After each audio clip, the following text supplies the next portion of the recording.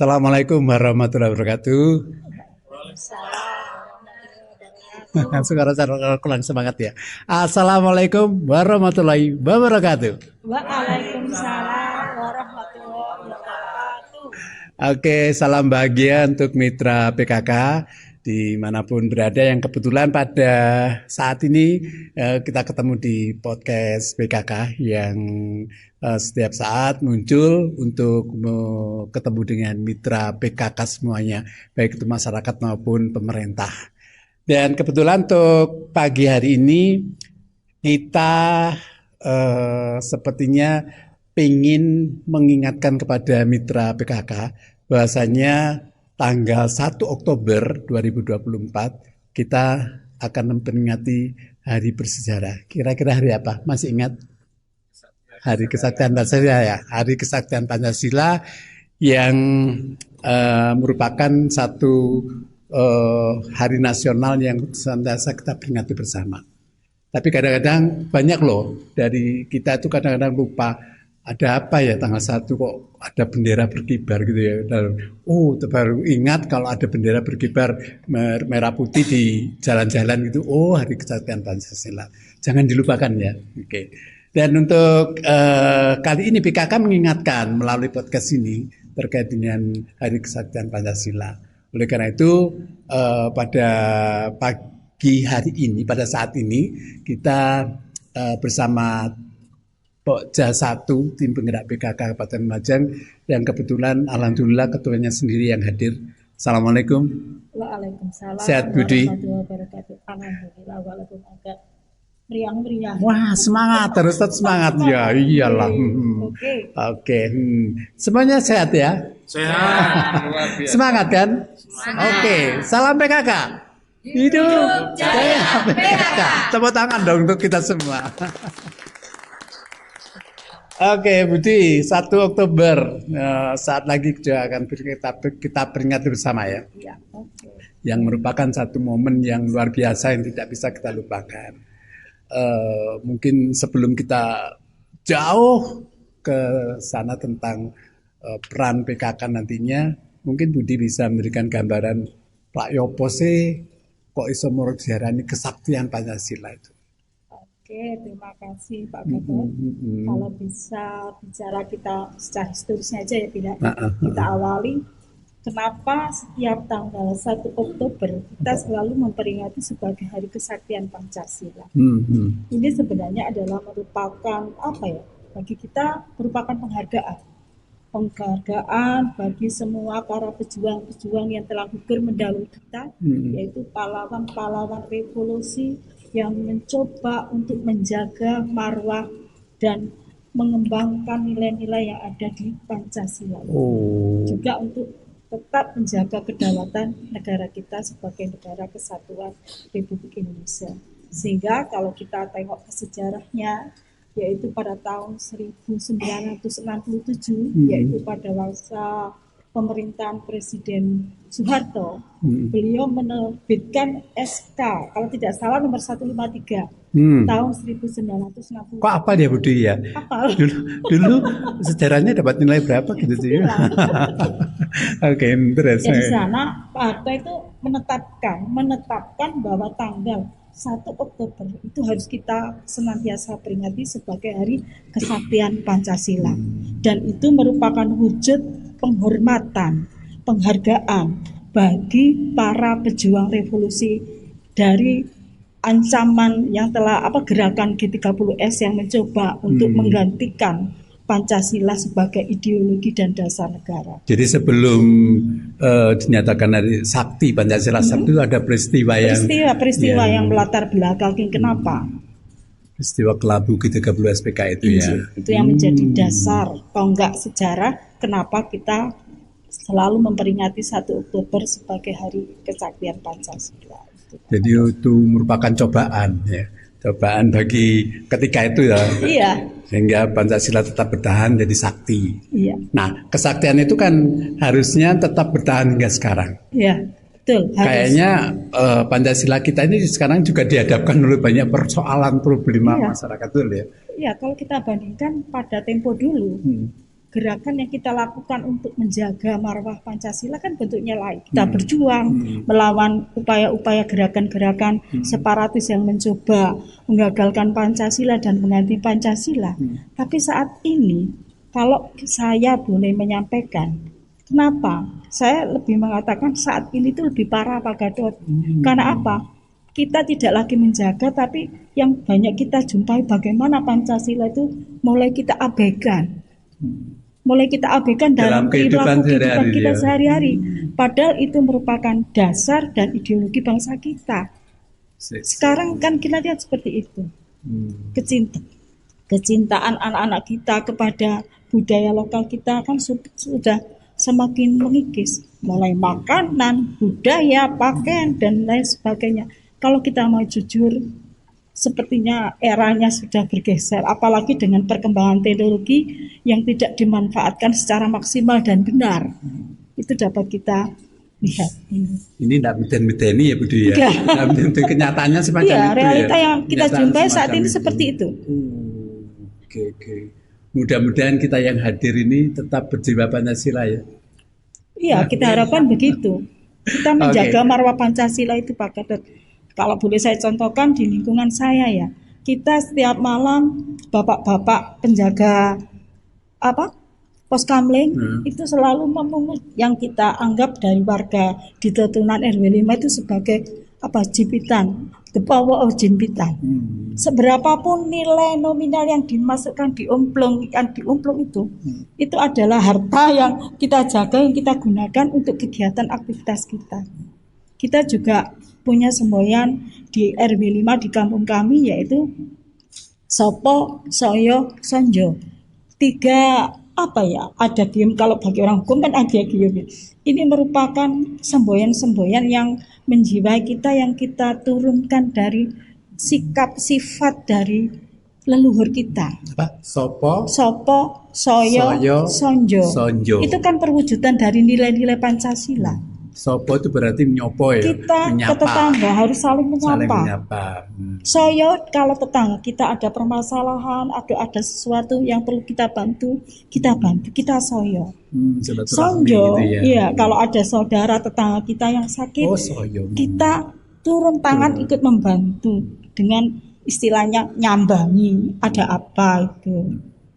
Itu upaya-upaya yang tetap kita tanamkan, nilai-nilai yang harus kita tanamkan.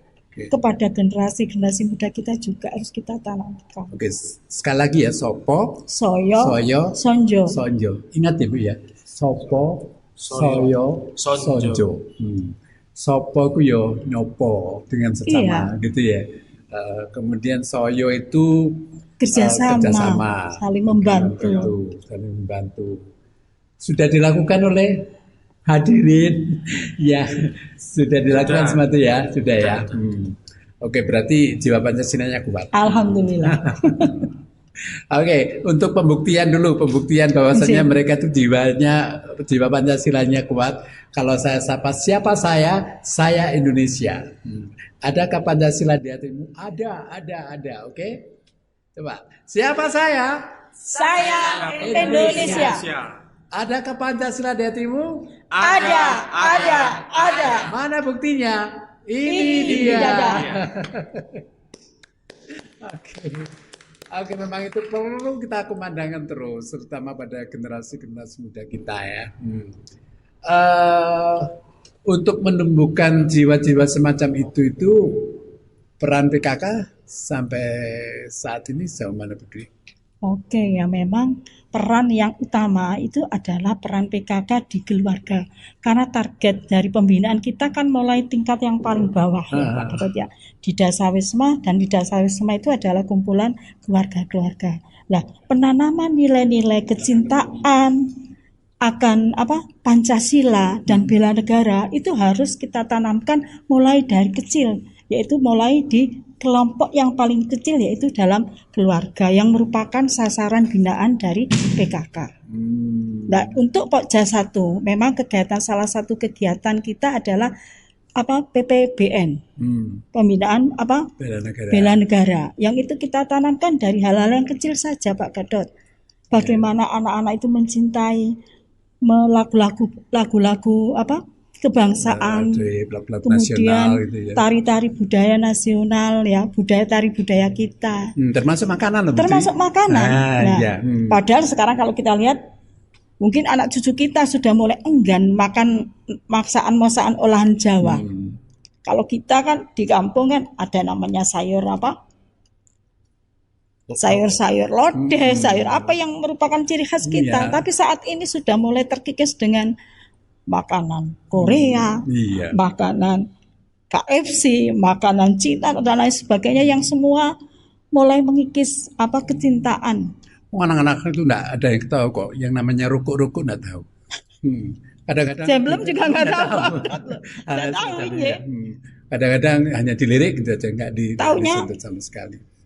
Dunkin Donat, Ya gitu. pizza. Sekarang itu sudah. Oke. Mungkin ada pertanyaan dari yang rapuh pada pagi hari ini terkait dengan Pancasila. Dari Pokja 1, Pokja 2, Pokja 3, Pokja 4. Oke, Bu Rosa. Tepuk tangan dulu untuk Bu Rosa ya. Terima kasih atas kesempatannya. Saya dari Pokja 4, Pak Hadar. Biasanya kami dari Pokja 4 ini juga khususnya untuk kesehatan. Mungkin bisa dibagikan bagaimana sih sebetulnya peran kesaktian Pancasila utamanya dalam penurunan Stunting. Oke. Oke. Satu pertanyaan luar biasa itu, Budi. Terima kasih. Memang antara Pokja 4 dan Pokja 3 ini saya lihat korelasinya cukup bagus dan tinggi, Bu Rosa. Ya kalau boleh saya ibaratkan di salah satu program Pokja 1 yang bersinergi erat dengan stunting yaitu masalah perkawinan anak. Karena jujur saja di Kabupaten Lumajang kita adalah kabupaten juara 3, Bu Dokter, untuk kawin anak. Alhamdulillah. Juara 3 berapa? Juara 3 kok alhamdulillah Pak Hatot. Oh iya, keliru ya. Oke. Nah, salah satu dampak dari perkawinan anak, kalau kebetulan memang dari beberapa kajian yang dilakukan itu terjadi banyak perceraian anak. Perceraian anak ya karena dampaknya karena perkawinan anak secara emosional mereka belum siap, secara biologis mereka belum siap juga. Sehingga ketika mereka menikah usia anak dan akhirnya melahirkan anak, Bu Dokter, ini kebanyakan ya anak-anak yang dilahirkan secara dari aspek kesehatannya kurang siap, sehingga banyak anak-anak yang dilahirkan dalam kondisi yang kurang gizi yang kita sebut sebagai stunting. Ini salah satu dampak dari perkawinan anak karena mereka memang belum siap untuk menjadi orang tua. Dan sehingga Pokja 1 program yang dilakukan yaitu bagaimana menurunkan angka stunting ini melalui pendewasaan usia perkawinan. Kita pernah melakukan kegiatan, kita turun di beberapa pondok pesantren, kita mencoba kerjasama dengan para santri-santriwan, santriwati. Ini bagaimana mereka buat komitmen? Apakah mereka akan kawin usia muda dengan beberapa dampak yang akan mereka timbulkan? Ataukah akan mereka siap untuk menunda usia perkawinan sehingga kelak akan dihasilkan generasi-generasi penerus yang siap dan mumpuni menghadapi tantangan zaman. Jadi anak-anak muda itu berkomitmen untuk tidak menikah usia muda. Tentunya harus dijiwai Pancasila juga. Iya, karena itu penjabaran dari kelima sila yang ada. Itu harus. Luar biasa. Jadi yang jelas ya untuk masalah stunting ini perlu adanya yang namanya persatuan Indonesia. Sing tuwek, sing enom, yang muda, laki, perempuan semua harus bersatu. Pemerintah, masyarakat ya Bu Rosa ya. Iya, tidak kita bisa bebankan hanya untuk menjaga marwah Pancasila ini tugas negara saja, tidak. Semua unsur Pak Gatot itu harus berperan. Masyarakat. Yang utama kalau kita di keluarga PKK ya di keluarga itu bagaimana kita menanamkan nilai-nilai itu dari keluarga. Itu kita awali dari keluarga kita. Kita awali dengan kecintaan kita dalam saling bekerja sama di lingkungan yang paling sederhana, di keluarga. Dan itu tentunya terkait dengan pola asuh juga. Iya, pola asuh bagaimana? Dalam pola asuh pun kita tidak bisa mengatakan bapak yang cari uang kerja yang di rumah urusan ibu tidak. Nggak usung lagi itu. Tidak dalam melakukan pola asuh anak di dalam keluarga yang bertanggung jawab semua, bapak, ibu, dan semua keluarga yang ada dalam satu rumah tangga tersebut, semua bekerja sama. Ada masalah dimusyawarahkan bersama, Iya. itu kan juga dari Pancasila juga. Sekarang lo kan banyak, jangan yang gitu makan di meja makan kadang-kadang atau nonton TV di sama-sama, semua saling pegang setan gepeng itu Pak. Oh, Ada setan gepeng. ada yang bawa setan gepeng? Oh. Aduh, mudah-mudahan setan gepeng tidak datang di sini biar mengarah ke kita semua. Itu sekarang yang menjadi masalah. Kalau dimanfaatkan dengan benar, oke. Tapi pemanfaatan yang tidak benar itu yang menjadikan rasa harmonis di rumah. Kadang-kadang satu nonton TV aja sendiri-sendiri Pak Hato. Iya. Iya. Itu berbeda dengan masa saya kecil itu. Kalau nonton TV ya ada bapak, ibu, semua adik nonton ya bareng semua, menikmati bareng-bareng. Betul. Berarti begitu beratnya yang dihadapi oleh Pancasila itu sendiri. Banyak problem yang terjadi yang tanpa terasa kita lakukan juga. Saya lakukan, jenengan lakukan, semua lakukan tanpa terasa, ya Tanpa kan? kita Kadang-kadang sadari. kita main HP itu kadang-kadang tidak terasa, seolah-olah hal biasa itu, padahal juga sangat berpengaruh. Oke, dari pendidikan mungkin. Oke. Terima kasih.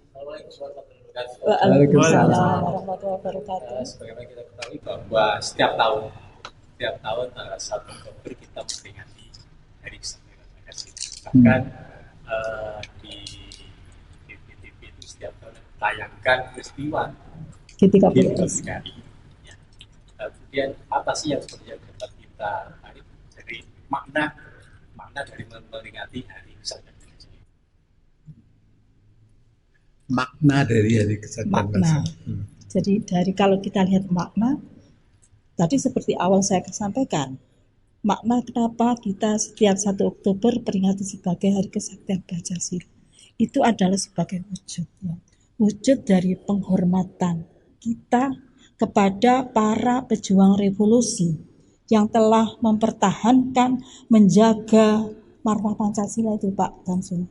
Itu wujudnya, saya menganggap itu sebagai wujud kecintaannya untuk tetap menjaga, dan itu kita implementasikan dalam kehidupan kita. Itu menjadi tonggak bagi kita bagaimana kita ke depan ya untuk tetap menjaga Pancasila. Tadi sempat saya sebutkan kalau dulu melalui peperangan atau gerakan-gerakan, tapi sekarang sudah tidak, wujudnya lain lagi Pak Pak Samsul. Wujudnya berbeda. Malah lebih yang sekarang ini bagaimana kita menjaganya itu kan itu yang utama. Lebih berat gitu. Ya, yang kita implementasi dari perilaku kehidupan kita sehari-hari. Sehingga saya anggap makna itu adalah pengingat kita. Sebagai pengingat kita bahwa kita perlu melakukan hal-hal yang digunakan untuk menjaga, melestarikan nilai-nilai yang ada di Pancasila itu. Sebagai apa ya istilahnya, titik tonggak ya bagi kita untuk mengingat kita bahwa Pancasila itu sebagai ideologi bangsa, pandangan hidup bangsa, dasar negara harus tetap kita jaga. Karena kita sudah melihat sejarah yang ada, banyak gerakan dan cara yang dilakukan untuk menggeser Pancasila. Republik Maluku Selatan ya, G30S, PKI yang paling Darul Islam dan lain sebagainya, gerakan-gerakan yang mencoba untuk menggantikan Pancasila sebagai dasar negara kita. Lah seandainya kita ubah, bagaimana? Kondisi bangsa kita yang majemuk ya, dengan beragam budaya, beragam agama, ini menjadikan kita menjadi, kalau saya menganggap Indonesia itu adalah apa ya, akuarium dunia. Semua ada di Indonesia. Tidak semua negara seperti Indonesia. Ini kelebihan dari Indonesia bagi saya. Sehingga kita harus tetap menjaganya, tetap mempertahankan dan tetap mengembangkan dalam nilai-nilai kehidupan kita sehari-hari yang mendasarkan pada 5 sila Pancasila, nilai ketuhanan yang Maha Esa, kemanusiaan yang adil dan beradab, persatuan Indonesia, kerakyatan yang dipimpin oleh hikmat kebijaksanaan dalam permusyawaratan perwakilan serta nilai keadilan sosial bagi seluruh rakyat Indonesia. Itu yang harus tetap kita jaga. Maka dari itu untuk sebagai modal menjaga kesaktian Pancasila itu sendiri, ya tentunya butuh kualitas manusia Indonesia melalui pendidikan. Ya, maka dari itu kan pemerintah sampai sekarang kan masih memprogramkan pendidikan 12 tahun ya, 12 tahun itu masih dilaksanakan. Nah, ketinggalan loh PKK Pak Samsul ini juga melakukan itu melalui pendidikan non formal ya, seperti kejar paket itu kan merupakan satu hal untuk meningkatkan SDM. Iya. Nah, apalagi di Lumajang sendiri kan masih IPM-nya kan masih perlu dipadu lagi ya, dibandingkan dengan kota-kota yang lain. Oleh karena itu kayaknya PKK masih menjadikan pendidikan itu nomor satu, nomor utama gitu. Di Pokja 2 ya Pak Samsul ya. Kalau boleh tahu berapa jumlah kejar paketnya?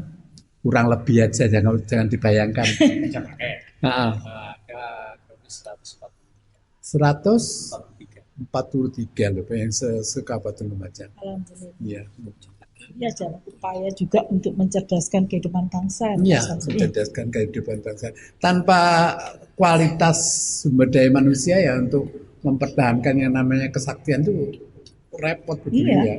Kudune diwujudkan dengan pemahaman nilai-nilai itu harus ditanamkan ya, mulai dari kecil, mulai dari anak-anak di dunia pendidikan yang dikerjakan oleh Pokja 2. Ya. Betul. Maka dari itu Pokja 4 berusaha untuk berjuang ya, aspek kesehatan, Pokja 2 dari pendidikan, Pokja 3 dari sisi pemenuhan gizi keluarga ya, Pokja 3 ya, gizi keluarga sebenarnya itu. Terus Pokja 1 aspek perlindungan terhadap anak-anaknya. Oke. Baik, mitra PKK yang saya cintai, saya hormati semuanya yang berada dimanapun Anda berada. Untuk PKK Lumajang sendiri berusaha loh untuk menjadikan Pancasila itu tetap menjadi satu kekuatan yang luar biasa yang melekat pada hati masyarakat. Yang salah satu diantaranya dengan memanfaatkan pemberdayaan masyarakat itu sendiri. Ya. Dari masing-masing Pokja punya cara-cara sendiri yang dilakukan ya. Yang mulai karena PKK itu sendiri mulai dari dalam rahim, anak dalam rahim sampai dengan kematian ke liang kubur itu semuanya ditangani oleh PKK. Jadi dari lahir, hidup sampai mati PKK. Dan itu kalau dilakukan dengan hati dan nurani Pancasila luar biasa betul ya. Salah satu program mendasar di Pokja 1 ya PKBN memberikan ketahanan bela negara. Bela negaranya. Itu sebagai implementasi bagaimana kita mencoba menanamkan nilai-nilai kecintaan warga kita terhadap negara, kecintaan terhadap Pancasila dan pemerintahan yang bersih berwibawa. Harapannya begitu. Butuh pemerintahan yang bersih berwibawa ya, harusnya begitu ya. Oke. Iya. Apalagi kan PKK ini menjadi mitra pemerintah sendiri ya. Nah, itu juga saat ini sedang kita alami juga. Kita akan melakukan pesta demokrasi. Oh, iya. Itu sebagai wujud juga kecintaan terhadap Pancasila. Bagaimana kita mengikuti tahapan-tahapan. Sekarang kita menghadapi tahapan pilkada. Pilpres sudah, pilkada. Ini kita harus siap, jangan sampai menjadi golput Pak Kadot. Kampanye enggak kampanye. Bukan, kan sampai golput gitu iya, kan ya. Tidak, golput itu bukan cerminan dari nilai Pancasila, tidak. Kita berlatih untuk berbeda pendapat, iya, tapi tetap utuh dalam satu kesatuan negara Republik Indonesia.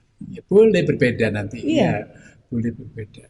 Perbedaan itu mewarnai Pak Kadot, iya. Mewarnai dari kenegaraan yang ada.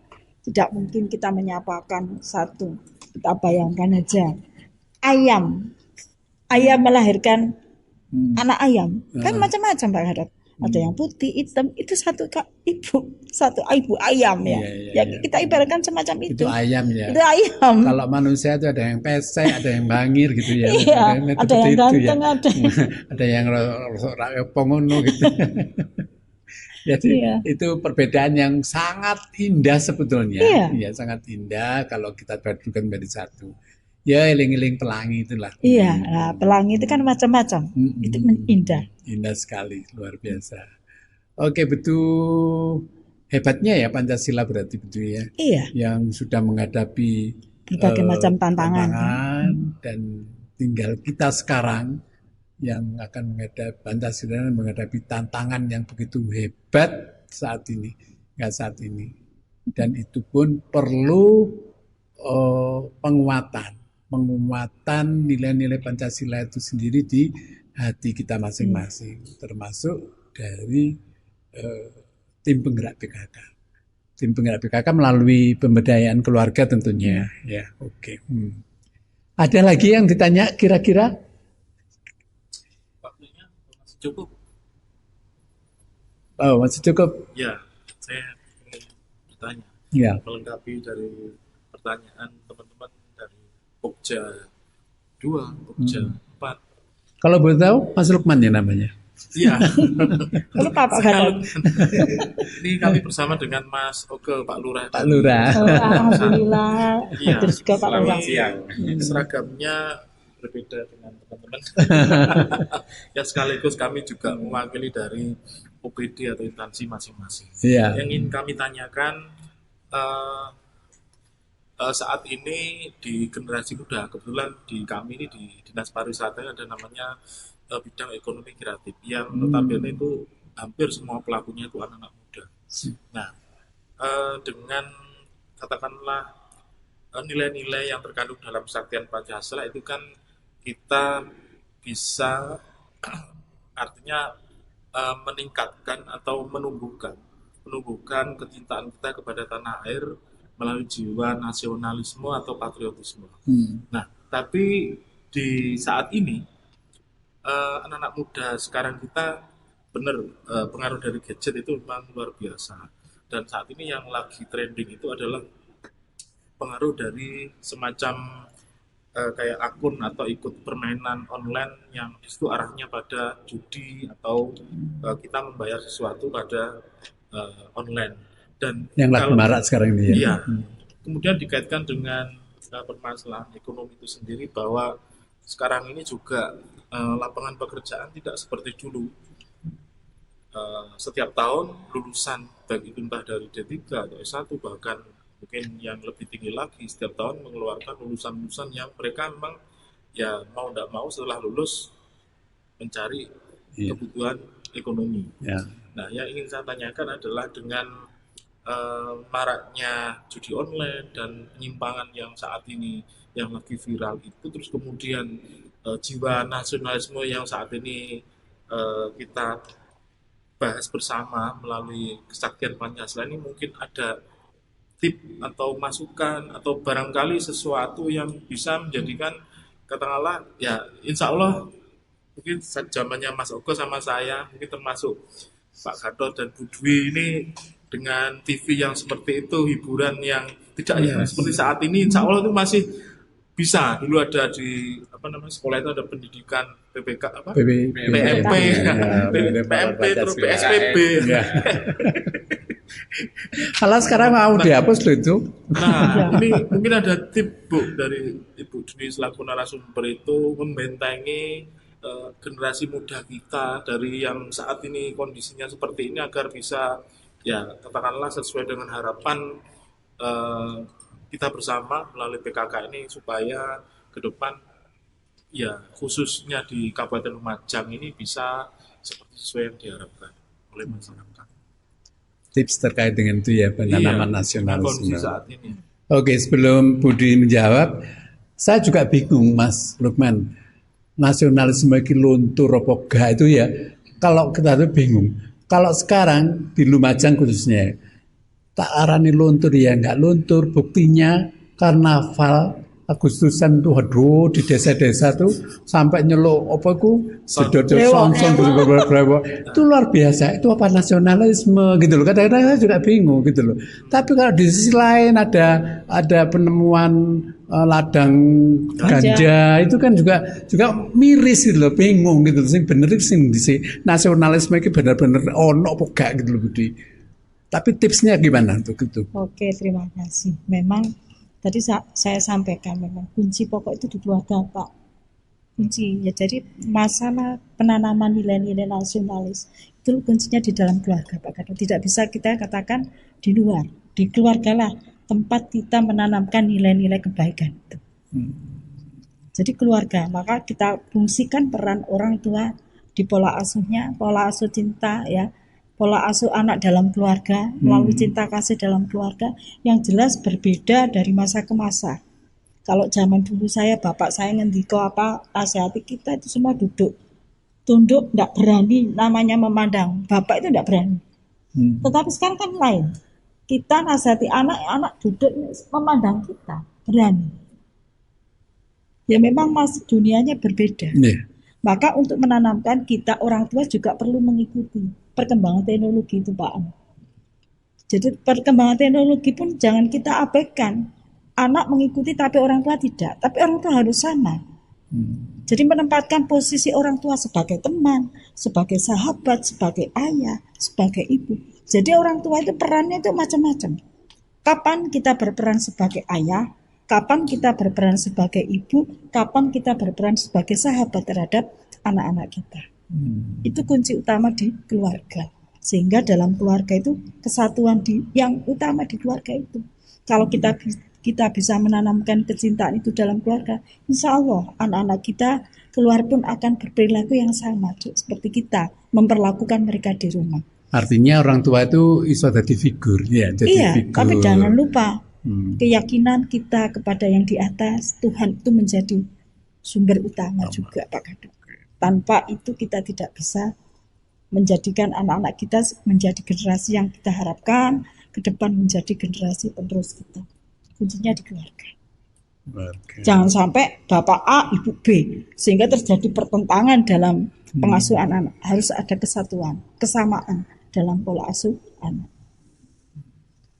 Kita tidak bisa mengekang mereka, tapi kita lepaskan, tapi ada tarikan-tarikan yang kadang-kadang kita lakukan. Itu Pak. Kalau menurut saya seperti itu. Jadi kita tidak bisa mengatakan era saat ini itu sebagai era yang tidak. Harus kita lalui, kita hadapi. Yang menakutkan gitu ya. Iya, bukan ya. harus kita hadapi. Dan kita menanamkan kepada anak-anak kita. Kemanfaatan teknologi kalau kita gunakan dengan benar, ya kemanfaatan bagi kita. Kalau tidak kita manfaatkan dengan tidak benar, ya dampaknya ada. Ya seperti ganja tadi yang Pak Kado ceritakan. Ganja itu punya dua sisi. Salah satu mungkin dari aspek pengobatan, kadang-kadang untuk kadar tertentu bisa menjadi obat. Tapi kadang-kadang kalau kelebihan disalahgunakan. Ya seperti hukum. Hukum itu kalau kita ibaratkan seperti pisau, maka gambaran Dewi Yustisi kalau karena kebetulan saya background hukum ya. Seperti pedang, dua mata pedang, salah satu kebaikan, satu, dan setiap perkembangannya ada itu selalu punya dua dampak positif dan dampak negatif. Itu tidak bisa kita katakan tidak pasti. Itu pun harus senantiasa kita tanamkan ke anak-anak kita. Anak-anak kita harus ditempa dengan berbagai macam cobaan karena kesiapan mereka untuk menjadi seorang pemimpin kelak. Mereka harus tangguh dan tangguh itu. Mereka selalu Allah memberikan cobaan-cobaan yang bagaimana mereka nanti kelak bisa tangguh itu, Pak. Itu harus. Kalau tidak pernah ditempa cobaan, saya yakin anak kita menjadi anak yang kurang kuat. Iya. Jadi peran keluarga sangat penting banget ya. Keluarga lah. Mungkin ada tips yang lain bisa menambahkan? Kalau ada, kalau enggak jangan memaksakan ya. Oke, luar biasa. Satu hal yang mudah diungkapkan, tapi sulit untuk merealisasikan dalam kehidupan kita. kok dadine masyarakat kita sendiri aja kadang-kadang sulit, kadang-kadang mau melangkah ke arah yang lebih baik itu kok wangel, termasuk diri saya sendiri ini. Oke, masalahnya kan ya betul memang keluarga memang punya peran penting. Berarti Masalahnya ini kan pada akhirnya kan generasi yang muda yang mungkin setelah apunten ya, di bawah kita yang juga akhirnya pun menjadi orang tua. Tapi dengan katakanlah apa yang dia punya, menurut saya mungkin bisa jadi orang tua itu kalah pinter sama anaknya. Jadi betul tip dari Bu Dwi tadi kita juga harus bisa melek ya. Cuman yang saya kan dengan model yang sesuai dengan katakanlah SDM, kita tahu IPM Lumajang itu seperti apa. Iya. Nah, itu kan gambaran bahwa memang sebagian besar atau yang tengah terjadi di masyarakat itu ya nyun sewu, mungkin keluarga atau mungkin orang tua katakanlah yang bisa kasarannya nuturi anaknya atau mengarahkan atau membimbing dengan disesuaikan dengan model anak sekarang itu yang butuh SDM ya. iya. Untuk, Nah, oke lah kalau misalkan orang tuanya SDM-nya mumpuni lah, bisa. Tapi kan sekarang dengan yang ada di desa-desa sebagian besar malah banyak yang seperti itu ya. iya. Jadi kadang kesulitan untuk ngandani orang tuanya sendiri pun kesulitan. Iya. Jadi sekali lagi SDM memang dibutuhkan. Jadi orang tua itu ya bukan kalah menang ya, tapi harus bisa menyesuaikan dengan kondisi saat ini. Tapi itu tadi tidak semudah kita berucap gitu ya. Karena sebagaimana disampaikan oleh Pak Lukman yang diketahui di masyarakat di pedesaan khususnya ya, masih banyak masyarakat kita yang justru lebih pinter anaknya daripada orang tuanya. Akhirnya ya gak apa-apa lah sekali-kali gudel, kebun nyusu gudel ya. Kan gak apa-apa ya. Nah, gimana lagi kalau semacam itu. Tapi jangan sampai si anak itu kemudian memanfaatkan kemampuan mereka dengan membohongi orang tuanya, kan banyak itu. Yang kadang-kadang orang tuanya gak paham sekali dengan yang namanya setan apa kemauan kepeng gitu, dimanfaatkan oleh anaknya untuk ya berbuat yang lain. Ya, mungkin itu yang dimaksud ya. Oke. Nah mungkin kalau bisa saya tambahin penanaman nilai-nilai agama itu juga utama di dalam keluarga. Karena ketika anak kita bekali nilai-nilai agama, saya yakin itu akan menjiwai dia dalam menentukan arah kehidupan dia. Yang pertama itu ya, itu. dari sila Pancasila sudah di nomor 1 itu ketuhanan yang Maha Esa. Penanaman kecintaan itu kita dasarkan segala sesuatunya memang dari yang di atas. Kalau itu dari awal, dari ketika anak kecil kita tanamkan. Kalau di Pokja 2 kan ada BKB, di BKB itu mulai penanaman nilai-nilai itu kita tanamkan. Insya Allah ke depan. Dan kita yakini, kita harus yakin. Keyakinan itu kunci utama. Kalau kita sendiri nggak yakin, nggak mungkin. Harus yakin, bisa. Kita bisa, gitu. Memang tantangan saat ini mau tidak mau menghadapi kita, tapi itu adalah yang harus kita hadapi. Tidak bisa kita abaikan. Ya, karena tantangan sangat kompleks ya, semua orang ada itu di situ. Oke. Mas Roman. Orang tua pun memang kebanyakan kalau kita mungkin enak ngomong, kebanyakan enak nuturi Pak Dokter. Kalau nuturi itu enak, tapi ketika kita merasakan, kita melihat masyarakat di desa. Tapi saya gini Pak Lukman, saya bayangkan orang tua saya, bapak saya pendidikannya apa? Waktu itu loh saya seperti itu. Bapak saya itu cuma SMP. Ibu saya SKP kelas 1. Tapi beliau itu berkeinginan anaknya semua kuliah. Itu dilakukan bahwa dari aspek ilmu pengetahuan mereka nggak punya, tapi mereka pingin anaknya. Jadi itu saya contoh, hanya saya pun kalau saya kuliah, anak saya juga harus lebih dari apa yang sudah dilakukan orang tua saya.